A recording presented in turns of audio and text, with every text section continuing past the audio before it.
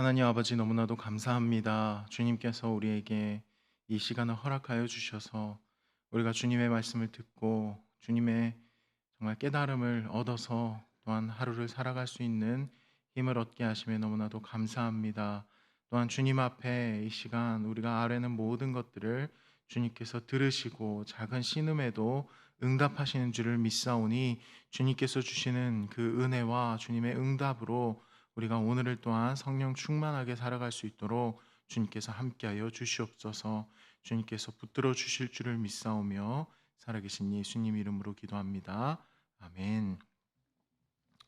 우리 찬송가 292장, 구찬송가 415장으로 찬송하겠습니다. 찬송가 292장, 구찬송가 415장입니다.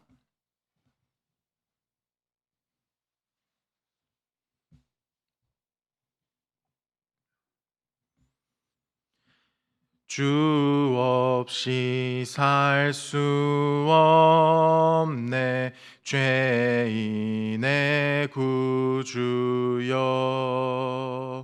그 귀한 보배 피로 날 구속하소서.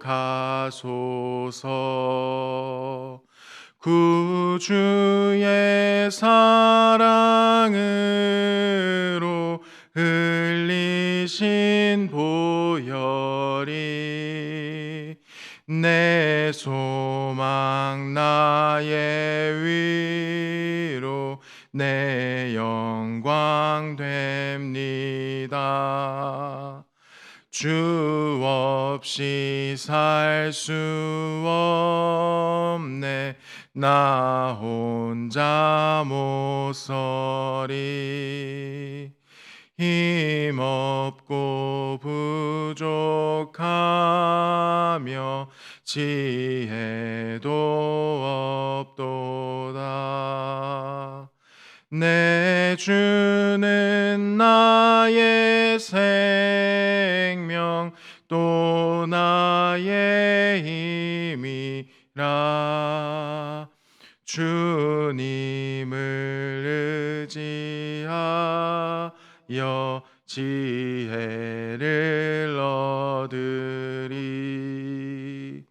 주 없이 살 수 없네 내 주는 아신다. 내 영의 깊은 간구 마음의 소원을 주밖에 나의 마음 네 알아주리요. 내 마음 위로하사 평온케 하시네. 주 없이 살 수 없네 세월이 흐르고 이 깊은 고독 속에 내 생명 끝나도 사나운 풍랑일 때 날 지켜주시니 내 곁에 계신 주님 늘 힘이 됩니다. 아멘.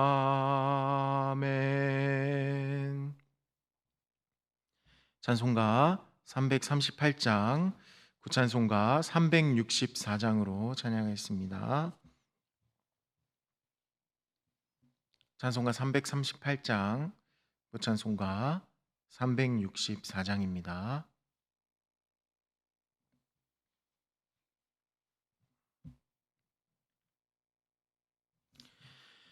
내 주 주를 가까이 하게 함은 십자가 짐 같은 고생이나 내 일생 소원은 늘 찬송하면서 주께 더 나아가기 원합니다.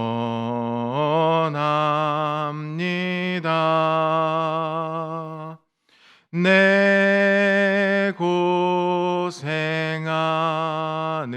것 옛 야곱이 돌베개 베고 잠 갔습니다. 꿈에도 소원이 늘 찬송하면서 주께 더 나아가기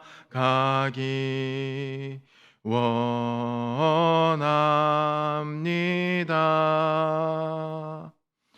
천성에 가는 길 험하여도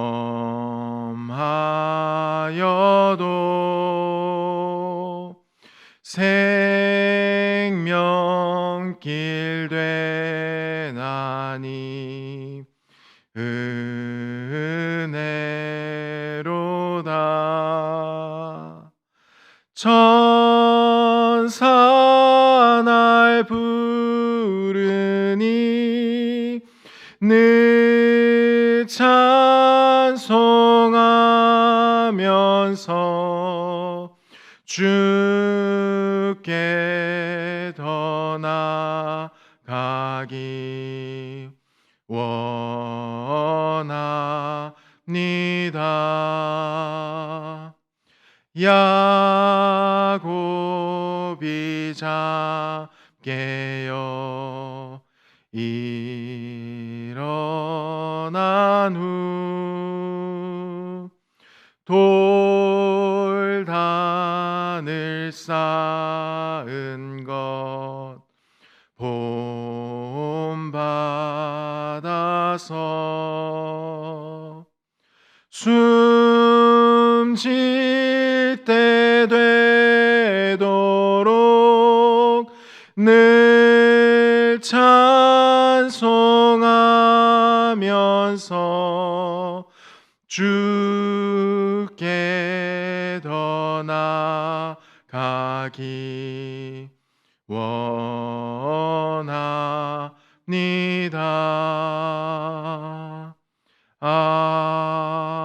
아멘. 우리가 오늘 들을 하나님의 말씀은 사무엘하 2장 12절에서 32절까지의 말씀입니다. 사무엘하 2장 12절에서 32절까지의 말씀 우리 한 절씩 교독하시고 마지막 말씀 같은 목소리로 읽도록 하겠습니다.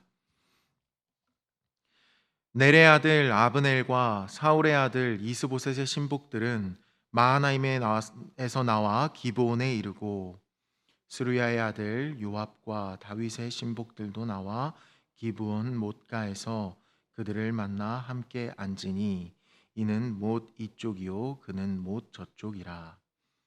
아브넬이 요압에게 이르되 원하건대 청년들에게 일어나서 우리 앞에서 겨루게 하자. 요압이 이르되 일어나게 하자 하매 그들이 일어나 그 수대로 나아가니 베냐민과 사울의 아들 이스보셋의 편에 12명이요 다윗의 신복 중에 12명이라. 각기 상대방의 머리를 잡고 칼로 상대방의 옆구리를 찌르매 일제히 쓰러진지라. 그러므로 그곳을 헬갓 핫수림이라 일컬었으며 기브온에 있더라. 그날에 싸움이 심히 맹렬하더니 아브넬과 이스라엘 사람들이 다윗의 신복들 앞에서 패하니라. 그곳에 스루야의 아들 세 아들 요압과 아비새와 아사헬이 있었는데 아사헬의 발은 들로루 같이 빠르더라. 넬이 아브넬을 쫓아 달려가되 좌우로 치우치지 않고 아브넬의 뒤를 쫓으니 아브넬이 뒤를 돌아보며 이르되 아사헬아 너냐 대답하되 나로라.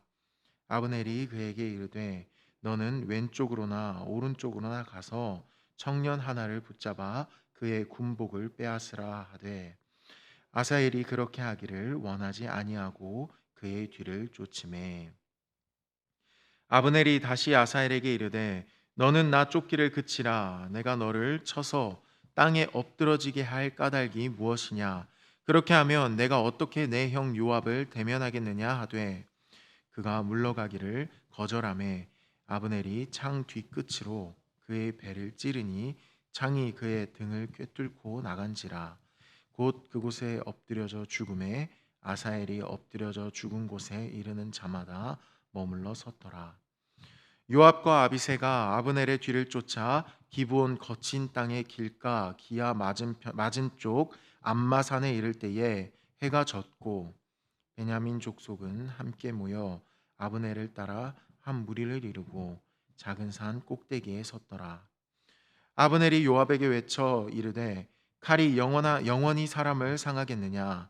마침내 참혹한 일이 생길 줄을 알지 못하느냐. 네가 언제 무리에게 그의 형제 쫓기를 그치라 명령하겠느냐.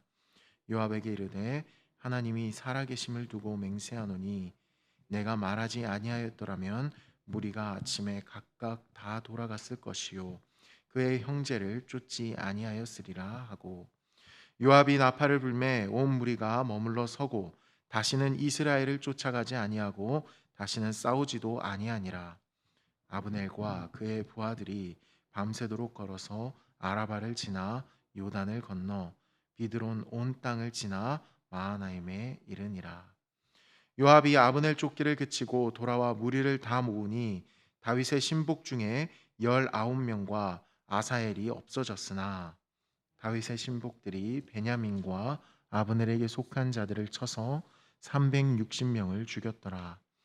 무리가 아사헬을 들어올려 베들레헴에 있는 그의 조상 묘에 장사하고 요압과 그의 부하들이 밤새도록 걸어서 헤브론에 이른 때에 날이 밝았더라.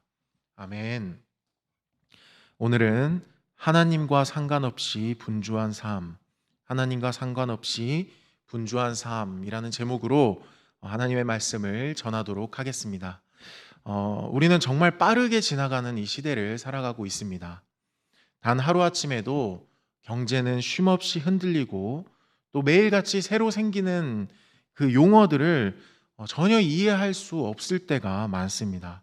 빨리 적응하지 않으면 이 사람들과 소통하기가 어려울 정도입니다. 유행은 또 너무 빨라서 어느 날은 사람들의 바지통이 확 넓어졌다가 또 어느 날은 갑자기 딱 달라붙는 또 바지통으로 바뀌었다가 또 막 찢어서 입다가 꼬매서 입다가 이게 너무 빨라서 따라잡을 수가 없습니다.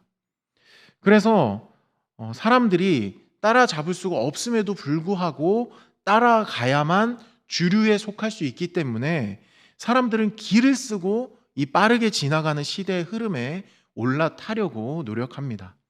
그래서 사람들은 점점 더 분주하게 살아가게 되는 것이죠. 그런데 그리스도인도 사실 예외는 아닙니다. 그리스도인들도 이 세상에 속해서 살아가기 때문에 이 흐름에 휩쓸릴 때가 많습니다. 분주하게 매일을 계속해서 살아가는 것이죠. 때로는 잠깐 멈춰 서서 지금 내가 잘 가고 있는 것인가? 내가 하나님의 뜻에 합당한 삶을 살고 있는가? 찬찬히 물어봐야 됩니다. 내가 가는 이 방향이 정말 하나님을 향해 가는 길인가? 그런데 그럴 틈도 없이 이 세상이 가는 방향을 향해서 계속해서 휩쓸려 가버리는 것이죠. 그리고는 열심히 살아가고 있는 이 삶 자체에 만족하면서 '하나님도 알아주실 거야.' 이런 자기 위로에 빠져서 이 마음의 불안함을 달래고는 합니다. 하지만 그리스도인에게 이와 같은 상태가 정말 정말 위험한 상태라는 것을 우리는 기억해야 합니다. 하나님과 아무 상관없이 그냥 분주하게만 살아가는 삶, 그 끝에 뭐가 있을지 전혀 고려해 보지도 않고 많은 사람들이 몰려가니까 그냥 떠밀려가는 삶, 그리스도인들에게는 가장 위험한 상태입니다. 오늘 본문 속에서 우리는 아주 급박하고 분주하게 돌아가는 한 사건과 마주하게 됩니다. 이 사건은 어떤 이방 민족들 사이에서 벌어진 사건이 아니라 하나님께서 택하신, 하나님이 세우신 백성 이스라엘 사람들 사이에서 벌어진 일이었습니다. 그들은 하나님을 알고 또 하나님께서 주신 이 언약과 말씀을 가지고 있었으며 하나님의 백성이었습니다. 그러나 그들은 자기의 열심으로 노력하고 분주하게 움직이지만 실은 오늘 일어난 이 사건은 하나님과 상관없는 일이었습니다. 하나님께서는 원하시지도 않으셨으며 하나님께서 미워하시는 일들을 그들은 하나님을 위한다고 하면서 이와 같은 일들을 벌인 것입니다. 오늘 이 본문을 우리가 함께 살펴보면서 하나님과 상관없이 분주하게 살아가는 그 사람의 특징이 어떤 것들이 있는지 우리가 함께 살펴보고 이와 같은 것들로부터 우리가 돌아서는 그런 귀한 은혜가 있기를 소망합니다. 마침내 이 다윗을 죽이기 위해 평생을 쫓아다녔던 사울과 그의 아들 요나단이 전쟁에서 죽게 됩니다. 그리고 다윗은 유다 지파 지역에 있는 헤브론이라는 곳에 가서 유다 지파 사람들로부터 이 기름 부음을 받고 왕으로 세워지게 되죠. 그리고 왕을 잃은 나머지 이스라엘 왕국은 이 사울의 다른 아들 이스보셋을 새로운 왕으로 세우게 되죠. 그런데 이스보셋을 왕으로 세운 것은 이 사울의 군대 장관이었던 아브넬이라는 사람이었습니다. 왕은 이스보셋이었지만 실제 권력은 이 아브넬이 가지고 있었죠.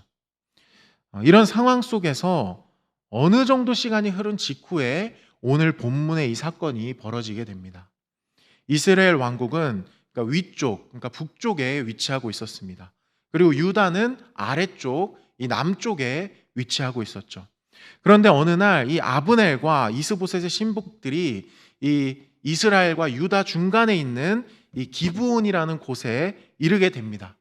그리고 동시에 이 다윗의 군대 장관이었던 요압과 다윗의 신복들도 이 중간에 있는 기브온으로 오게 되죠. 여기서 기억해야 할 이름이 있는데 바로 13절에 등장하는 스루야의 아들 요압입니다. 여기서 나오는 이 스루야는 다윗의 누이인데 아마도 이복 누이였을 것으로 추정됩니다. 그리고 이 스루야에게는 세 아들이 있었습니다. 이제 본문 뒷부분에 등장하지만 요압, 아비새, 아사헬 이렇게 3형제가 있었죠.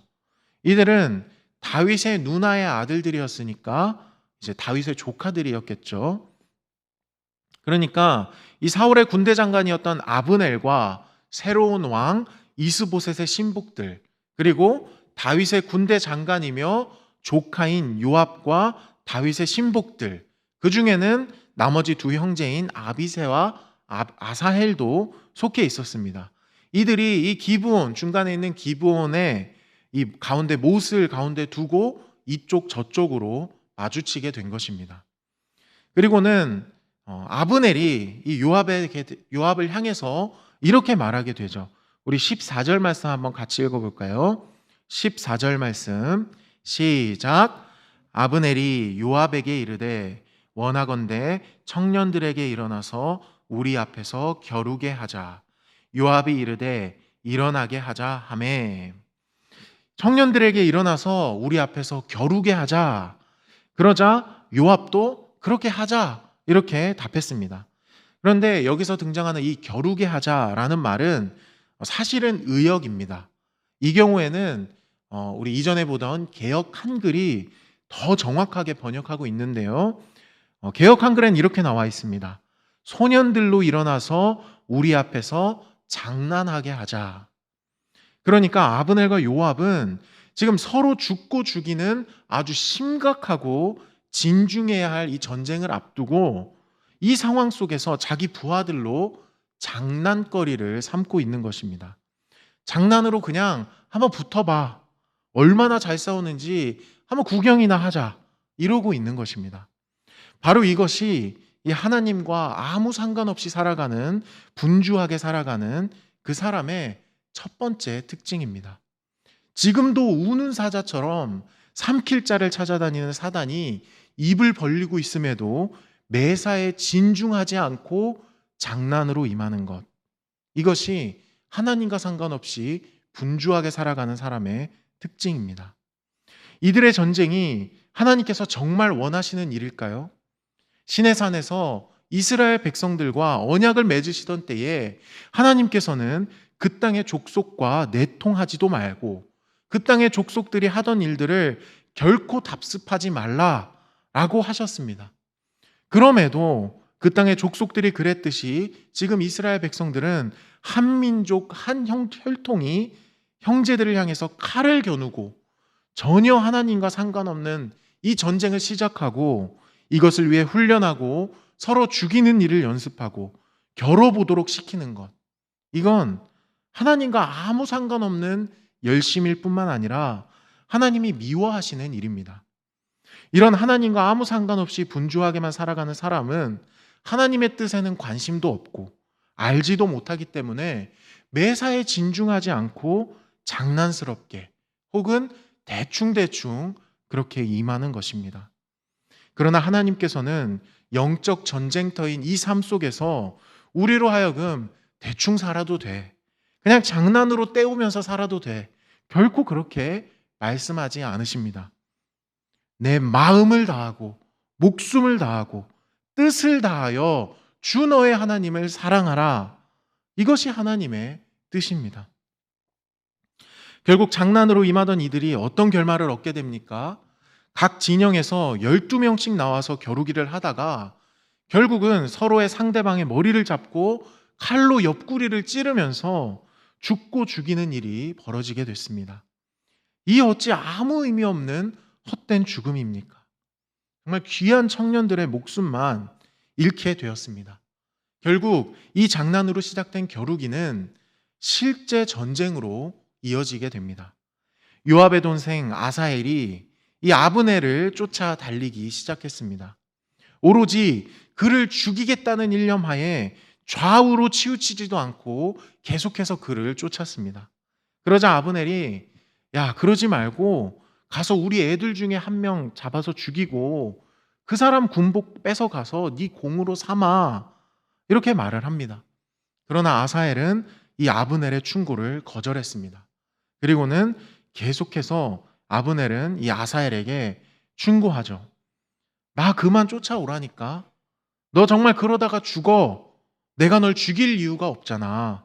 너가 죽으면 네 형 요압의 얼굴을 내가 어떻게 보겠니? 이렇게 말하면서 충고를 합니다. 그럼에도 이 아사엘은 아브넬을 계속 쫓았고 결국 이 아브넬은 창으로 아사엘을 찔러서 죽이게 됩니다. 배를 찌른 창이 등으로 나가서 그곳에서 엎드려져 죽었다라고 오늘 말씀에 나와 있죠. 이것 역시도 얼마나 비참한 죽음입니까? 이것이 하나님과 상관없이 분주한 사람의 두 번째 특징입니다. 하나님과 아무 상관없이 분주한 사람은 야망에 눈이 멀어서 살아갑니다. 아브넬은 아무리 그래도 군대 장관이었습니다. 아사엘 본인이 아무리 들노루같이 빠르다고 할지라도 정쟁 경력이 많은 이 군대 장관을 이기는 것은 쉽지 않았습니다. 심지어 아브넬은 오히려 이 아사엘에게 기회를 줬습니다. 충분히 죽일 수 있음에도 형 요압과의 관계를 생각해서라도 아사엘을 죽이지 않으려고 했습니다. 그러나 아사헬은 야망에 눈이 멀었습니다. 이 전쟁은 하나님의 백성들 사이에서 벌어진 전쟁이었습니다. 그렇기 때문에 이 전쟁을 어떻게 이끌고 가야 할지는, 그리고 누구를 죽여야 할지는 하나님께 물어봐야 할 일이었습니다. 이스라엘과 유다는 한 형제였기 때문에 서로 가능하면은 죽이지 않는 방법을 찾는 것이 맞습니다.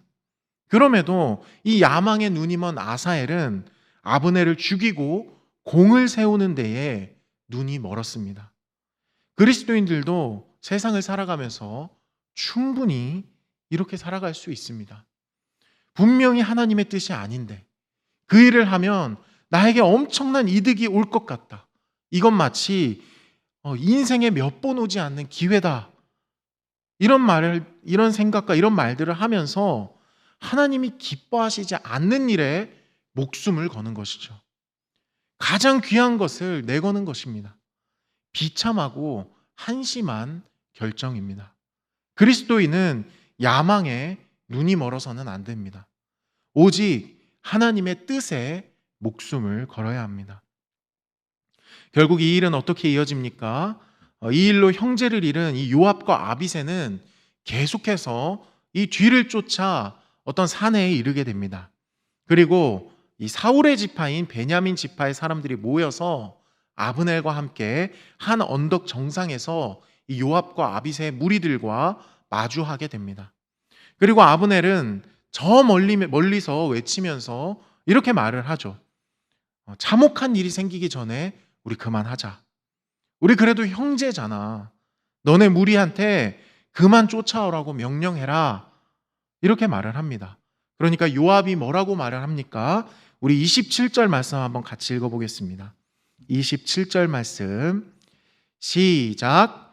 요압이 이르되 하나님이 살아계심을 두고 맹세하노니 내가 말하지 아니하였더라면 무리가 아침에 각각 돌아갔을 것이요 그의 형제를 쫓지 아니하였으리라 하고, 하나님의 살아계심을 두고 맹세하는데 네가 먼저 제안 안 했으면 그냥 조용히 돌아가자고 했을 거 아니야.